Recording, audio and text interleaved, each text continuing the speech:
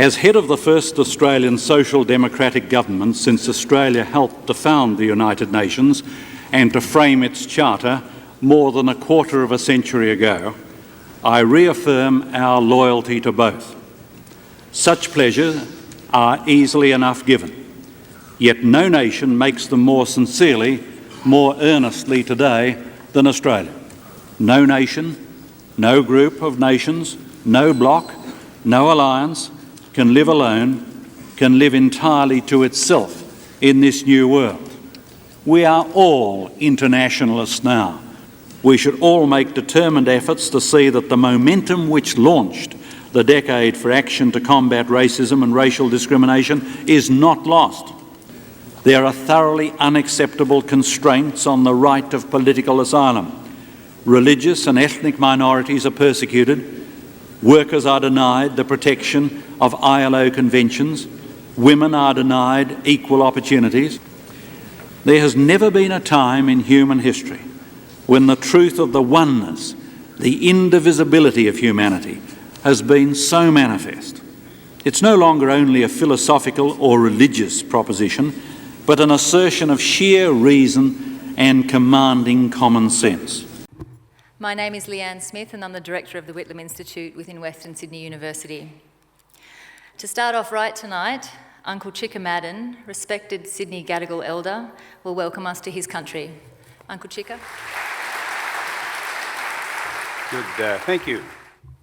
Good evening, folks.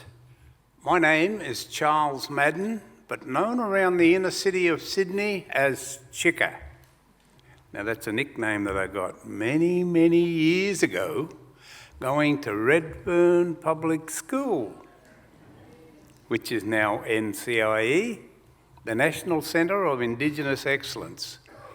Folks, I'm from Gadigal land, Aboriginal land. That's the land we're on at the moment. For many, many years, I've lived and worked around the city of Sydney. I've been involved with many different Aboriginal organisations over the years. I've been a director with the Aboriginal Medical Service at Redfern for over 40 years. Also a director with the Redfern Aboriginal Housing Company, Aboriginal Hostels Australia, and the Metropolitan Local Aboriginal Land Council. I've got to mention it, folks.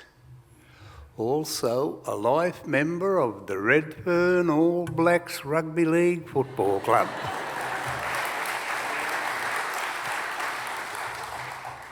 Thank you. Folks, I'd just like to take this opportunity this afternoon to extend a warm and sincere welcome to any of my Aboriginal brothers and sisters, non-Aboriginal brothers and sisters. If we have any brothers and sisters here from the Torres Strait or further afar across the seas, welcome. Welcome to Gadigal land.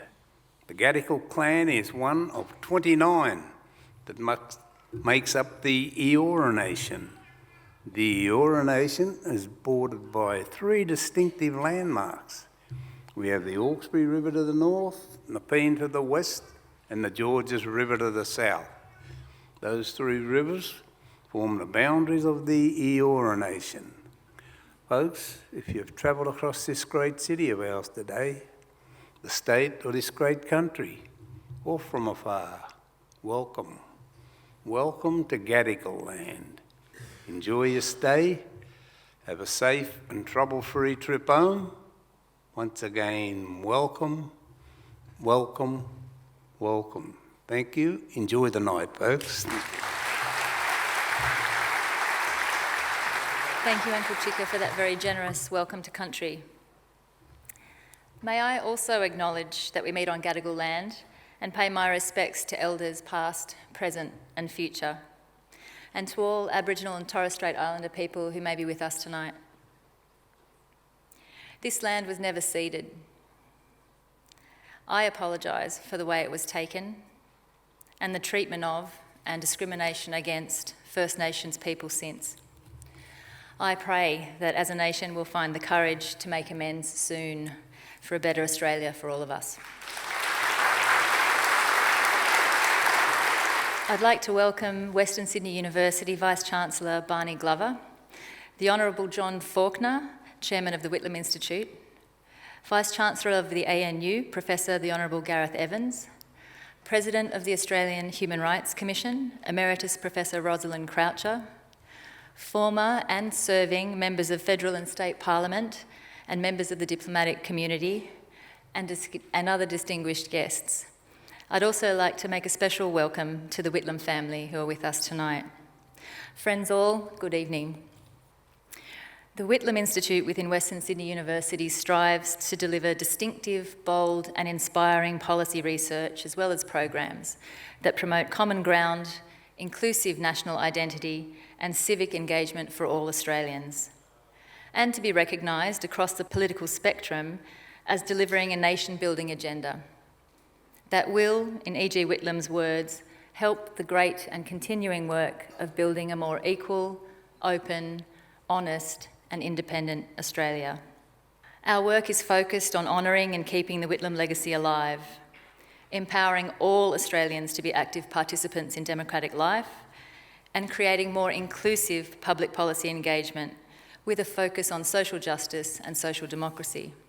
Our institute is proud to be part of the Western Sydney community, a vibrant microcosm of modern Australia and all its opportunities and challenges. Our goal is to bring local issues affecting ordinary Australians into national debates and to bring national policy discussions to local people. We believe for policy change to be effective, you need to bring people with you through engagement and consultation. We make use of our privileged location in the historic Female Orphan School, one of Australia's earliest colonial heritage buildings, as a place for intellectual and cultural engagement for the people of Western Sydney through public events, debates, community consultations, civics education programs, and cultural exhibitions. Our objective is to lead courageously on issues of national and global importance, to raise the flag in acknowledging the complexities around these issues by bringing together the broadest possible church to respectfully discuss and debate those issues with the goal of finding common ground and bringing our nation together. Our policy and research work focuses on two themes that clearly demonstrate the contemporary relevance of the Whitlam government.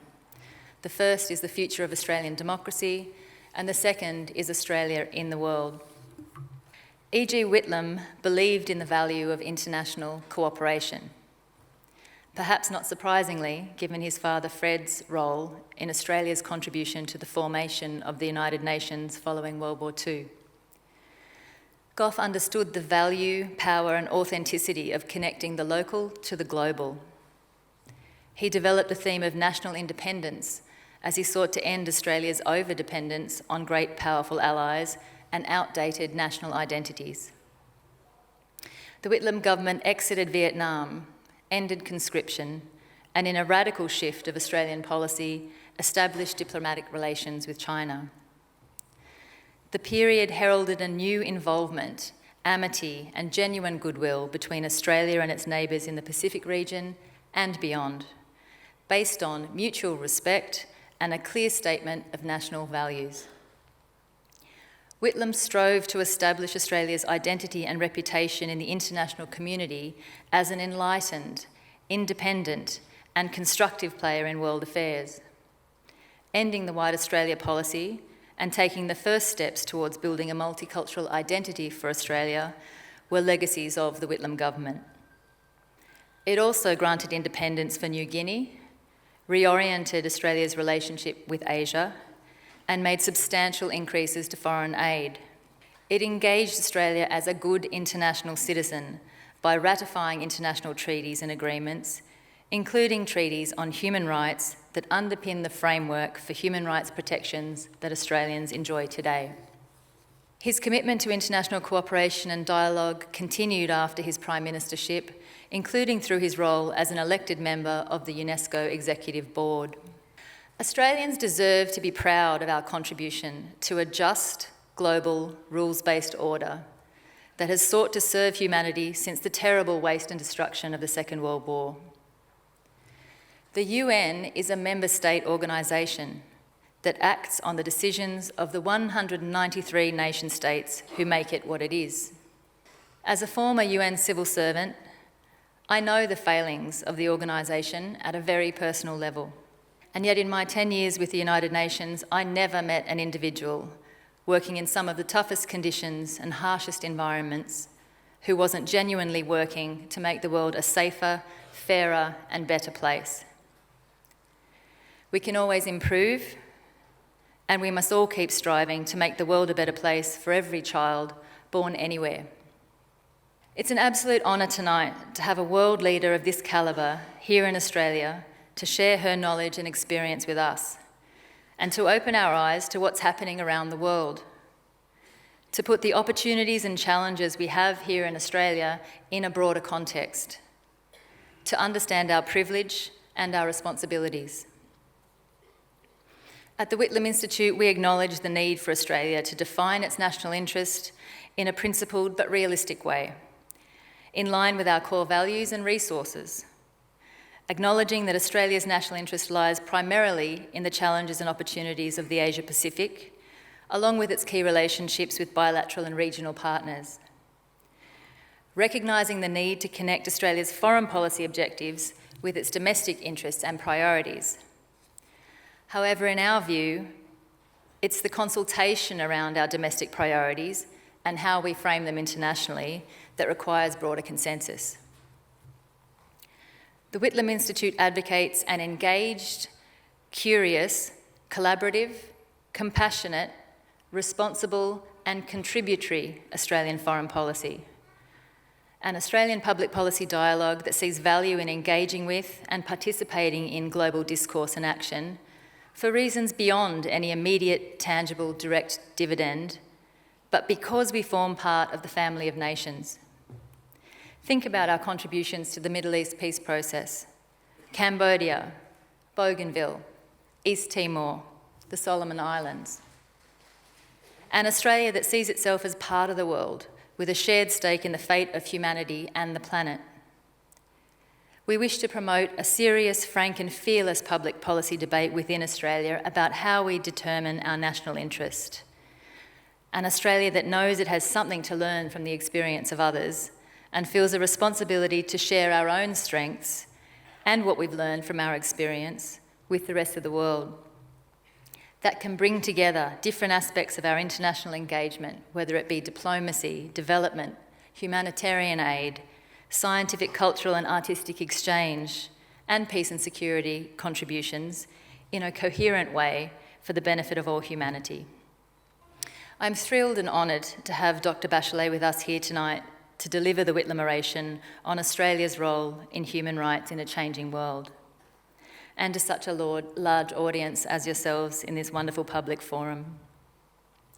Having had the honour of working with Dr. Bachelet on women, peace and security issues when she served as the first head of UN Women, I've experienced her courage, determination, selflessness and skill at giving voice to the voiceless and fighting for the vulnerable. We sat on the same General Assembly committees trying to convince member states why protecting and empowering women might make peacekeeping missions a little bit more successful. Dr. Bachelet has dedicated her life to upholding the human rights of others. Often this has been at great personal risk to herself. Her own experience of breaches of basic human rights include the terrible reality of members of her family, including herself, having been tortured for their political beliefs. Many of her colleagues and friends were imprisoned or exiled during the Pinochet regime. Typical of her courage and concern for others, Dr. Bachelet said in 2004 of her own torture, "It was nothing in comparison to what others suffered." She is a tireless and fearless defender of human rights. The first time Dr. Bachelet came to this country was in 1975. She came here as a refugee. She was one of the first political refugees Australia ever granted asylum. She has since broken through many glass ceilings. Dr. Bachelet was twice elected President of Chile, serving from 2006 to 2010, and again from 2014 to 2018. She was the first female president of her country, as well as Chile's and Latin America's first female defence minister from 2002 to 2004, She also served as Health Minister from 2000 to 2002. Her government roles speak to her expansive education. She has a medical degree in surgery, specialising in paediatrics and public health. She also studied military strategy at Chile's National Academy of Strategy and Policy and at the Inter-American Defence College in the United States. Among her many achievements as President of Chile, she established the National Institute for Human Rights and the Museum of Memory and Human Rights, as well as the Ministry of Women and Gender Equality. In between her terms as President, in 2011, she was named the first Director of UN Women, an organisation dedicated to protecting the rights of women and girls internationally. In September last year, she was appointed as the UN High Commissioner for Human Rights. Please welcome Her Excellency, Dr. Michelle Bachelet.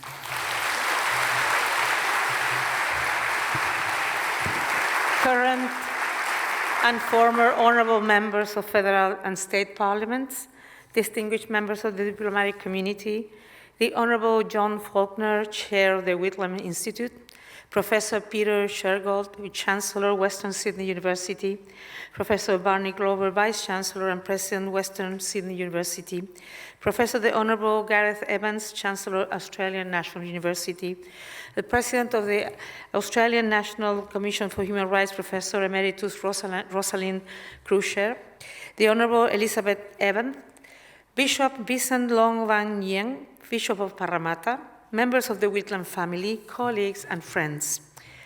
Thank you, Uncle Chica, for welcoming me to your country.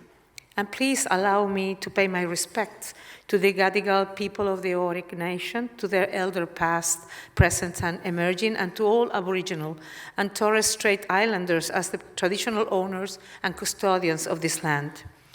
I would also like to begin by paying tribute to the Right Honourable Edward Goof Whitlam, in whose honour this lecture is named. First of all, on a very personal level, as Liam already mentioned, when I was forced to flee my country, Chile, at the age of 23, Australia was my first place of safety. And Goof Whitlam was Prime Minister. So I experienced the solidarity of Australia with the Chilean people and the tremendous warmth and hospitality of Australians. So I'm greatly honored to return to this beautiful country and to speak at this institute with its distinguished record of public policy research and advocacy. When I look back on my early days in Australia, it feels a bit like looking in a blurred mirror. And I don't mean it because of my long hair and bell-bottom trousers at the time. Australia and our world have changed significantly since then. But despite the distance of time, we can also see some familiar contours and echoes of the fundamental challenges that political leadership and the human rights movements are grappling with today. In the early 70s, we were at the height of the Cold War, and Australian troops, most of them conscripts, were fighting in Vietnam. But new winds were shifting almost every certainty in global politics. China was beginning to emerge from its revolutionary decades, and many countries across Asia has recently cast aside colonial rule. The world was on the cusp of significant economic and technological changes. Personal computers were making their debut. An engineer made the first truly cellular mobile phone call in 1973. And the following year, the first codes were written for what would become the Internet. Meanwhile, the global economy was rocked by skyrocketing oil prices, and for the first time, we woke up to our structural dependence on fossil fuels. By the end of the 1970s, scientific opinion had already concluded that global warming would impact on our lives around the year 2000. It seemed then like the impossibly distant future. And just as importantly, Australia, like other countries, was facing deep and intensifying societal change. Women challenged traditional stereotypes and began to assert their equal rights in society, the family, and the workplace. The Whitlam government was making important reforms, such as no-fault divorce and steps towards equal pay. Australia participated in the first UN Conference on Women in Mexico in 1975. Represented by the distinguished Elizabeth Ann Reid, the world's first advisor to a head of governments on women's affairs, and Margaret Whitlam, a bravely outspoken feminist. Important first steps were made to recognize the rights of Aboriginal peoples, with the 10th embassy being established in Canberra. But it would be many more years before the human rights violations suffered by so many Aboriginal people, including the widespread separation of children from their parents, would be fully acknowledged. And that journey is still not complete. In other words, just as it is now, Australia was in the midst of inward transformation while also grappling with a changing world. Regional dynamics were radically shifting. The economy was on the cusp of far-reaching globalization.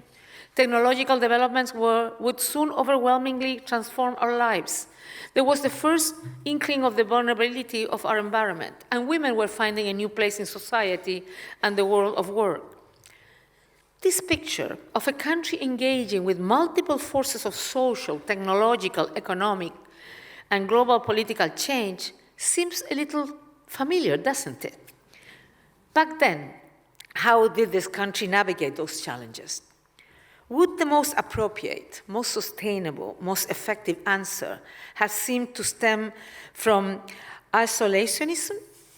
Would turning inwards as the so-called lucky country have stopped the great global tides of political, economic, social, and technological change? Would the refusal, denial, and confrontation with the forces of change have netted greater well-being on broader enjoyment of rights for all the people of Australia? I think not. The most positive answer to structural change lies in engagement, dialogue, and the recognition that greater justice, more respect, and broader freedoms benefit everyone. Progress in human dignity and equality is instrumental to generating greater development and more respectful and peaceful relationships within societies and between them. In Australia, Asia, and across the world, millions of people have gained greater freedoms, greater security, and equality because of the movement for human rights. Conditions of profound economic misery and exploitation have been challenged under the guidance and with the force of human rights laws and treaties.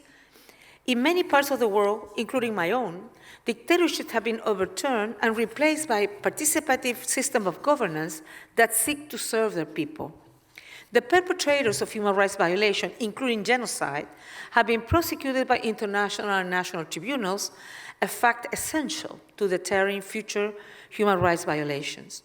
On women's rights, the rights of indigenous people and ethnic, religious, racial, and caste minorities, the rights of people with disabilities, of workers and employees, people who are LGBTI, the rights of the child, the right to health, to education, to decent housing and social services.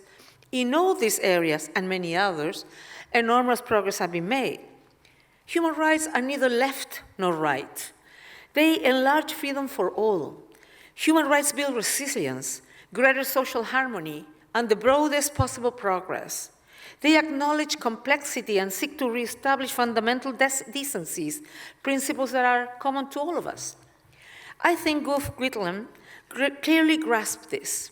As Justice Michael Kirby has observed, and we miss him tonight, Whitlam was a true internationalist, one who led a sustained and strong engagement by Australia with its region and the world.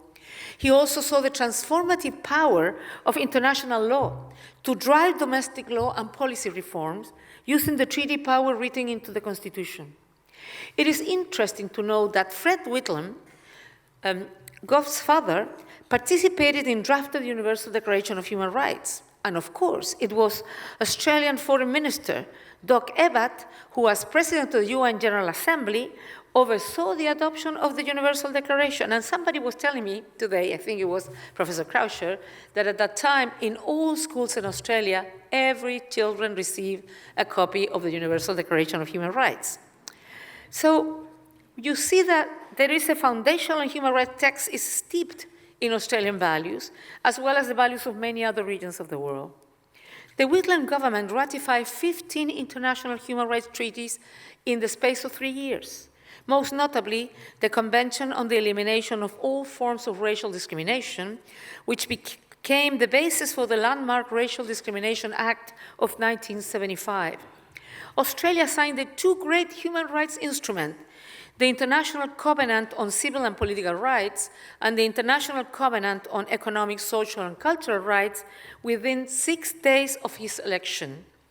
Later, Australia ratified other treaties and protocols on women's rights, refugees, and statelessness. It joined 9 international labor organization conventions on freedom of association and employment, the minimum wage, and workplace discrimination, and these have shaped Australia's labor market to this day. Ratifying treaties leaves a lasting legacy. They're not something imposed from outside, but are freely accepted by sovereign countries. They provide strong leverage for reform and secure the gains that are made for the long term. They also give focus, legitimacy, and strength to the vital work of civil society groups. And they provide a navigational compass, a guide for managing the storms and sudden shifts of global change. By committing Australia to the framework of international human rights law, Whitlam was effectively building a human rights charter for Australia, something which is currently lacking in its constitution. The treaties Australia has ratified have become the basis for a patchwork of human rights laws prohibiting discrimination in different domains. But this has left gaps and a framing of rights as negative prohibitions rather than in positive terms. I am convinced that Australians would benefit greatly from a comprehensive Human Rights Act that would provide an overarching framework for the development of laws and policies and a source of remedy when government is in a breach of human rights. And I am pleased to see that the governments of Victoria, Australian Capital Territory, and most recently Queensland have led the way towards this goal, developing their own state or territory-level human rights legislation. I commend and encourage the various public conversations that are underway and hope they will converge with the wisdom expressed by Indigenous Australians towards a new and modern vision for human rights in Australia. So now let's look outwards at the world today. I would like to reflect tonight on a few areas of rapid and challenging changes where human rights laws and principles could certainly help to guide policymakers to the best solutions. The first may not be a new trend, but is a resurgent one. Nationalism is on the rise in many societies, accompanied by a revival of outspoken racism, discrimination, and xenophobia. And this is a very corrosive force, splintering social harmony, dividing society, and spurring conflict. It is particularly striking to note how much hostility against migrants is whipped up in online spaces and in the media, where hate flourishes, and how rapidly this attitude can become part of the public discourse. From there, they may go on to distort public policy with even more dangerous and disturbing consequences.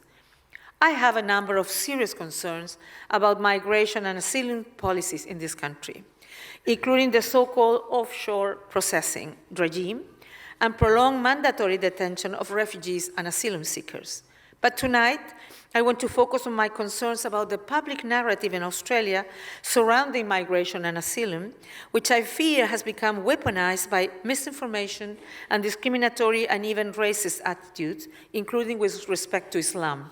Targeting migrants as convenient scapegoats for a range of society's troubles is a practice that is certainly not limited to Australia.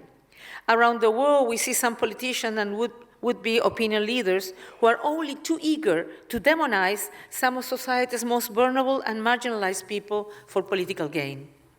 Although no state is obliged to accept every person who arrives at its border, all human beings are bound by the imperative of compassion and by the recognition of our common humanity. Desperate human beings seeking safety and dignity are victims, not criminals. They are people just like us, tired and in need. And they're moving, many of them, because they have no other choice.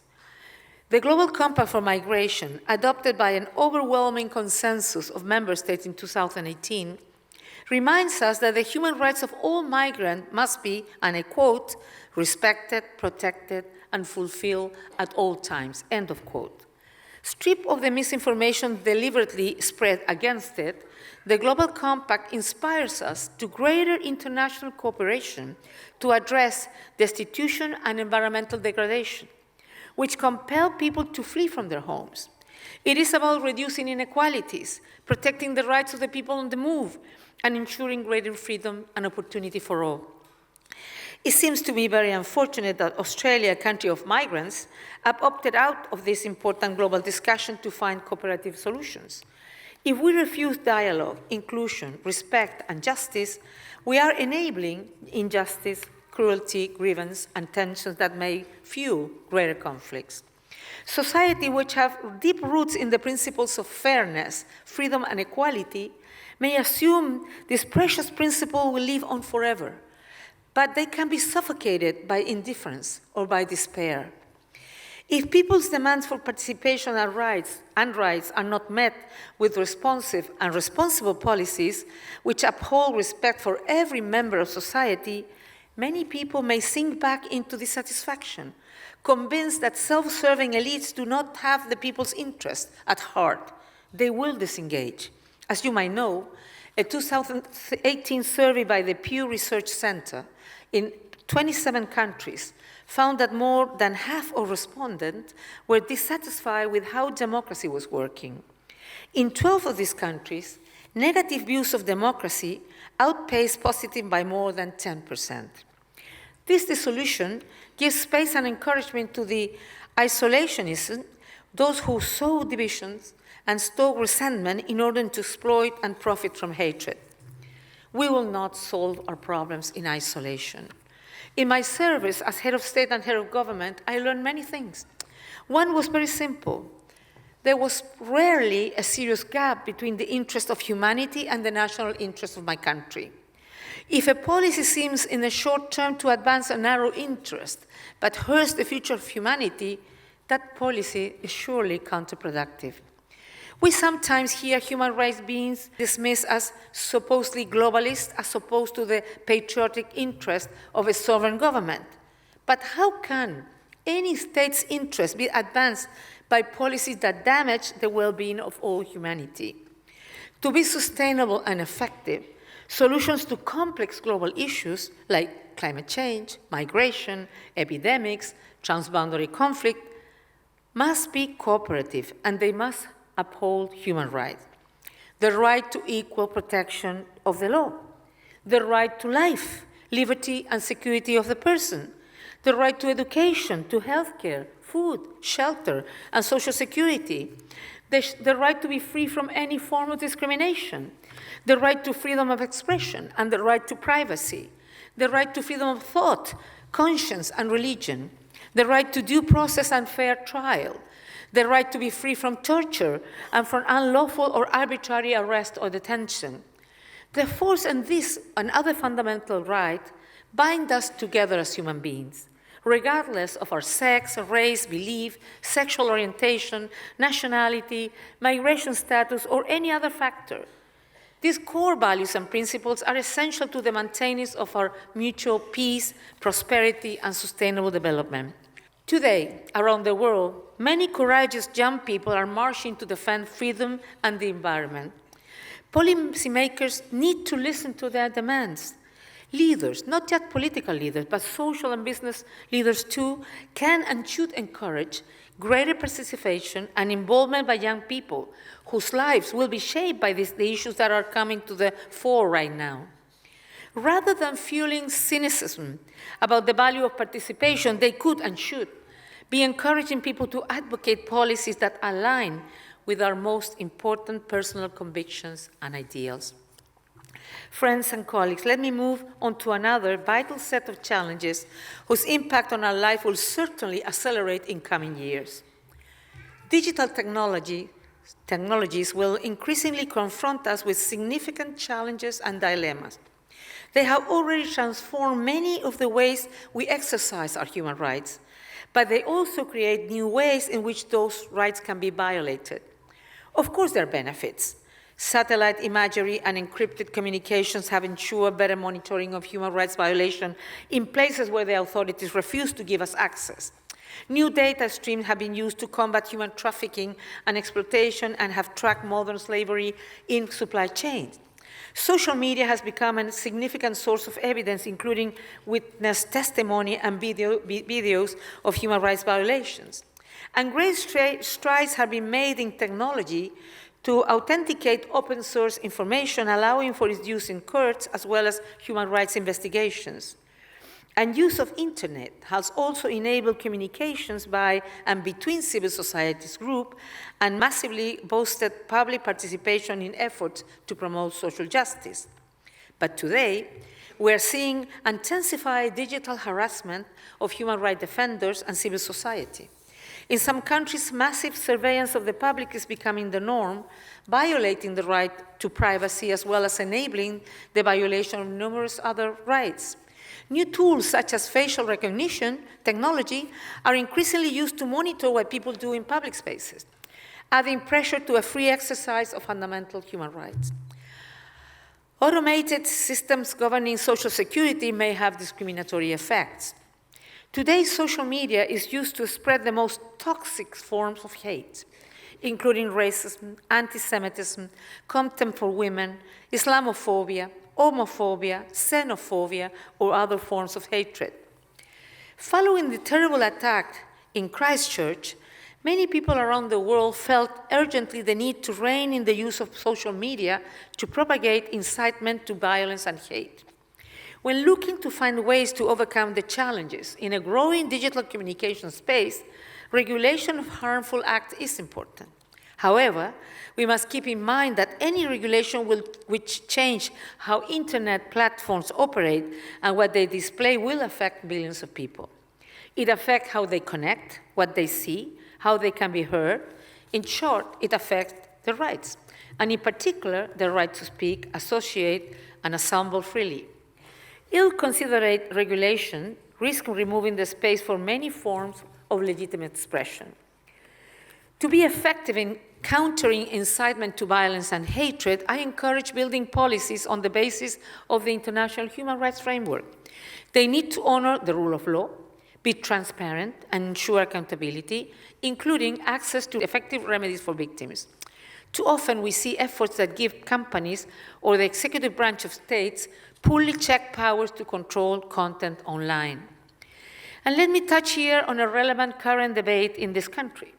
Following the dismissal of a prominent rugby player from the national team after he made anti-gay social media posts quoting Bible verses. This brought to the fore concerns about the relationship between freedom of religion belief and freedom of expression, and led to proposals for new laws to protect against discrimination on religious grounds. Human rights principles help to provide the answers to questions such as this. While we defend religious freedom, we must also be mindful of arguments that instrumentalize religion to impose restrictions on the enjoyment of rights by specific groups or individuals, or to undermine reforms towards greater equality and justice. This is notably the case concerning the human rights of gay, lesbian, transsexual, and intersex people, and women's access to sexual and reproductive health and rights. Both freedom of religious belief and freedom of expression are enshrined in the Universal Declaration of Human Rights and International Covenant on Civil and Political Rights.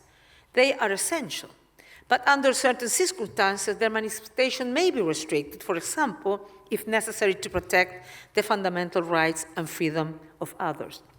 So while freedom of religion should be protected, this should also not undermine the protection of other rights, such as freedom of expression, or the prohibition of discrimination on other grounds, such as sexual orientation. Our faithful rights framework includes commitment by many faith leaders to revisit religious interpretations that appear to perpetuate gender inequality and harmful stereotypes, or even condone gender-based violence. The Rabat Plan of Action on the prohibition of advocacy of national, racial, or religious hatred that constitute incitement to discrimination, hostility, or violence is a key instrument distinguishing those forms of expression that should be defined as incitement to hatred and thus prohibited. It defines 6 thresholds for messages which may require action, and this is too extremely relevant to hate messages on social media. The thresholds include context, the speaker's standing, intent to advocate or incite, scope or extent, and imminence. My point is that the guidance from international human rights bodies are key navigational aids that lawmakers and courts in dealing with these issues at the time we face uncertainty and potential threats. In more ways than one, digital issues are among the very complex problems that no state and no company can solve on its own. Rather, we need broad public debate and the continuous collaborative engagement of many government, businesses, developers, civil society activists, and affected groups. The Christchurch call process is bringing together the most experienced organizations working in this field, and this collaborative, dialogue-based approach will certainly be a good way forward. Human rights institutions have built up a tremendous body of experience to help governments ensure that the private sector acts responsibly in upholding rights and in providing redress for wrongs caused by their products or services. The UN Guiding Principles on Business and Human Rights provide an authoritative global standard for addressing the human rights impact of business activity. Various forms of guidance have already been developed for specific sectors, and new tools will be needed for other fields, from the health sector to finance, manufacturers of robots, autonomous cars, and other artificial intelligence sectors. Friends and colleagues, the transformation of digital technology will extend into every sphere, from medicine to warfare, policing, schools, the world of work, and virtually all forms of human activity. But there's another threat to human rights that is even more vast: climate change. It is already massively affecting many Pacific communities, undoing important development gains and threatening to make individuals and communities even more vulnerable or force them to leave their homes. Much more is just to come. Small island states have very few options to devise and implement solutions to a problem they did not generate, and which in several cases threatens their physical existence. They need now support for their adaptation and mitigation efforts, including financial support and transfers of green technologies so they can protect the rights of the people. Australia's fragile ecosystem is already suffering significant impact, with another historic drought this summer after the record-breaking heat of 2018. Annual rainfall is declining, depleting rivers and water supplies that nourish people, ecosystems, and farms. Extreme fire risk days are becoming much more numerous. The corals of the Great Barrier Reef are being bleached by warming seas. Around the world, human-generated preventable climate change has already begun to impact the rights to food, water, and sanitation, to decent shelter, to health, to personal security, and even to life for many people. If you are under the age of 50, there is now a very strong risk that in your lifetime, you will experience great impact from catastrophic warming. If you are under the age of 30, that is almost certain. And this is reality. The future of today's young people will be conditioned by the climate policies that are adopted by leaders now. Will we respond with a denial of the inconvenient, unfortunate, but very visible truth of what is happening? Or will we adopt an approach that embraces dialogue and maintains a clear grasp of the facts, principles, and justice? Will we continue to finance traditional client groups and an industry poorly adapted to the changing global scape? Or will we encourage new economic sectors better adapted to a changing world? This country has faced many such turning points and steered through them with skill. Today, once again, it is time to make decisions in clarity and with principle. The world needs Australia's participation, just as Australia, in this context of global climate change, very badly needs the global community to take action. And in this respect, we need to count on the participation of Indigenous people, whose stewardship of natural resources over the course of millennia may yield vital lessons for our survival today. There is still time to act. There is time to come together and build hope. We know how to build a path to solutions, to greater social peace, and to more sustainable economies. We build that path with justice and respect. We build equality. Every individual must be clear in the knowledge that regardless of sex, race, ethnicity, opinion, belief, caste, class, migrant status, sexual orientation, disability, her equal rights are fully acknowledged and respected. This is how social cohesion grows stronger, in dignity and through participation. We build trust through governance that is transparent, participative, and accountable. We set up measures that uphold the effective enjoyment of fundamental economic and social rights, such as the equal right to education, to access quality health care, and to fundamental social protection. We uphold freedoms of expression, association, and belief, together with strong and independent media, in order that people be fully informed and feel free to contribute in decision-making without fear. We ensure respect for the identity, traditions, and rights of indigenous people and minorities. We help to safeguard societies against people who propagate hatred and incite violence, almost always against society's most powerless members, and frequently for political benefit. Political leaders can do a lot to effectively counter the incitement to hatred by speaking out firmly and promptly against hate speech. Step by step, this element of justice, participation, conflict resolution, and power sharing flow into greater confidence, better solution, and more mutual respect. This is the most effective way of governing because human rights are not impractical philosophical ideas. They are sound policy choices which build strong, healthy, secure, peaceful, and thriving societies. Look at Australia. So much of this warm, generous, and fair-minded country is built upon its deep-seated grasp of human equality, dignity, and rights. Upholding human rights has not weakened this country. It has made Australia stronger, more resilient, and successful. Internationally, it has brought global respect and an important regional and international role. Australia is a good global citizen. Peace operations from South Sudan to the Middle East rely on Australian forces. International institutions rely on Australian diplomacy. Vital initiatives to uphold the rights of women in every region count on Australia's leadership and support. Australia has led the way on abolition of death penalty and the inclusion of people with disabilities around the world. So we need Australia to step up to the plate on other issues too.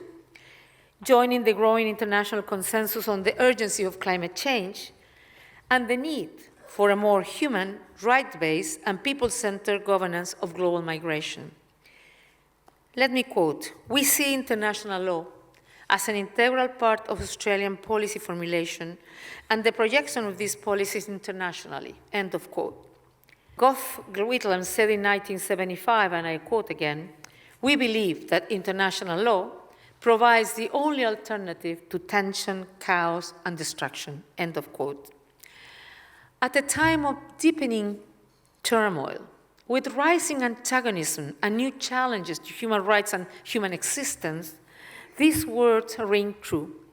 Let us recognize and cherish what these binding agreements have built, their fundamental wisdom and humanity, and their promise of a safer, fairer future. In my capacity as a head of state, as a government minister, in civil society, and as a refugee myself, I saw that human rights measures work. Human rights-based policies are effective. Policies that build social justice also help to develop stronger economies. They drive more inclusive political systems, better frameworks for education, healthcare, and other basic services. They build confidence and social harmony. They deepen trust. They build hope. They deliver better outcome for people across the social and economic spectrum and beyond borders. They prevent grievances, conflict, inequalities, and suffering and discrimination of all kinds. Systems that deliver justice and redress for victims means that grievances are recognized and make it easier to maintain peace and security. Human rights have guided society through many challenges, periods of change. It can be done. I have seen it done. Public policy is complex. I know this. Achieving good human rights outcome in the real world of government requires the balancing of many issues. It is not, or very rarely, about perfection. It is about progress. Policies which support the rights of every woman and man to make their own choices are good for communities and nations. Steps to ensure that the authorities engage in respectful dialogue with civil society make for much better, broader development. We have the opportunity. This generation of world leaders has the capacity to ensure far greater well-being for the people. The tool exists. In today's currents, in this uncharted storm, literally, of rising sea and heavy winds, oriented by the belief in equal rights and dignity for all, we can steer our vessels together to safety in more peaceful waters. Thank you very much. Madam Bachelet, it's with real sincerity that I extend the warmest possible thanks to you for your generosity in sharing this timely, ever so timely and insightful oration. It's imperative that we all take note of the issues you've raised this evening and take action in ways, however big or small, that we can. As you've stated with great clarity, ensuring the dignity and rights of all human beings is a collective global responsibility. You've also very ably illustrated the necessity of a cooperative and collaborative relationship between the United Nations and Australia. We have no reason to fear constructive international engagement. The UN is built on the recognition of the sovereignty and cooperation of nation states.